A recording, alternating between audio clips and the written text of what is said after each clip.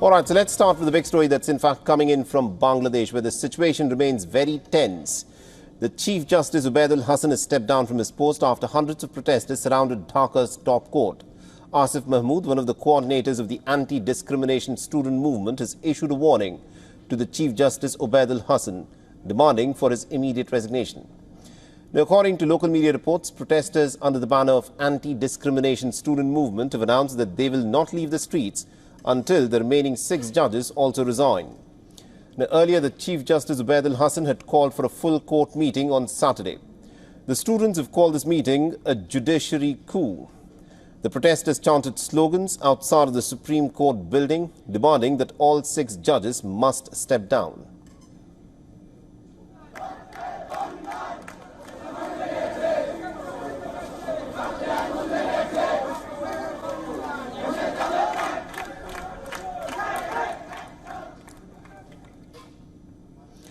The Commonwealth Journalists Association has appealed to Mohammad Yunus, the head of Bangladesh's government, to ensure the safety of journalists and media organizations in the country.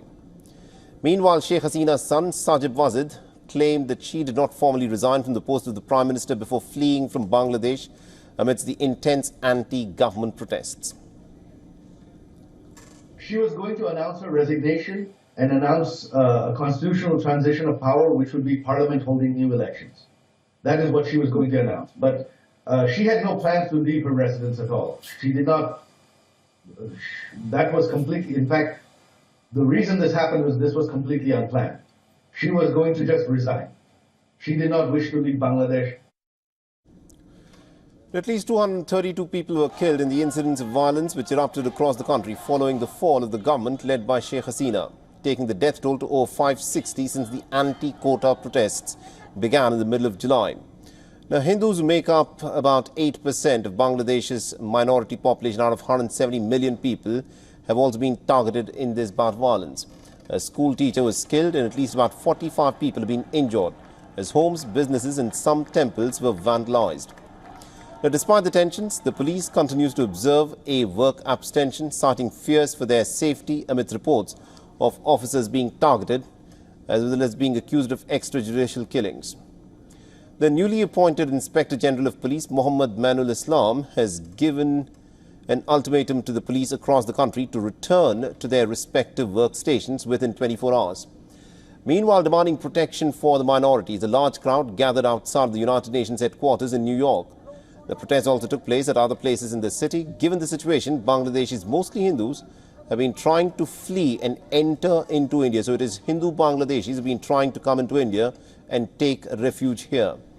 Now, India's border security force, with the help of border guards of Bangladesh, foiled an infiltration attempt along the India-Bangladesh border in West Bengal's Cooch Behar district early on Saturday.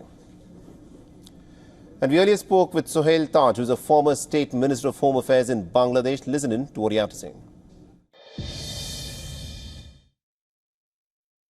Okay, the priorities, like I said, is first should be law and order, because any society to surge ahead, to move forward, you need to have good governance, and the prerequisite of good governance is rule of law. So people have to have rule of law. So I think law and order is the #1 priority. And then I think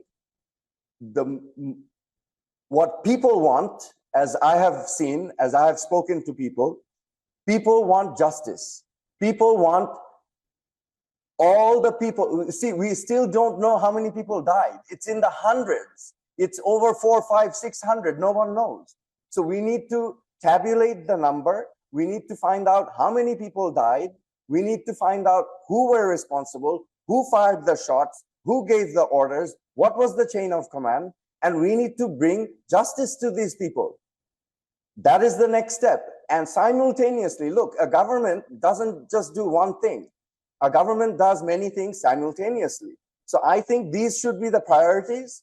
And then, you know, we move forward, reforming the institutions. We move forward with creating a system which is completely broken in Bangladesh. The system needs to be restructured. System needs to be strengthened. The democratic institutions needs to function independently. So that will be the primary focus.